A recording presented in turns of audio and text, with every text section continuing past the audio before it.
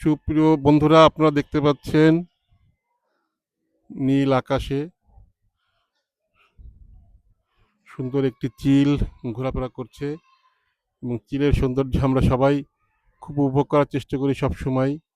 হ্যাঁ, চিলটি সে খোলা আকাশে সে মনের আনন্দে সে ঘুরছে। আপনারা অবশ্যই লক্ষ্য করছেন চিলটি সুন্দরভাবে ঘোরাফেরা করছে। আমরাও চেষ্টা করছি আমাদের ক্যামেরা বন্দি করতে এবং যতটুকু পারি আপনাদের দেখাচ্ছি।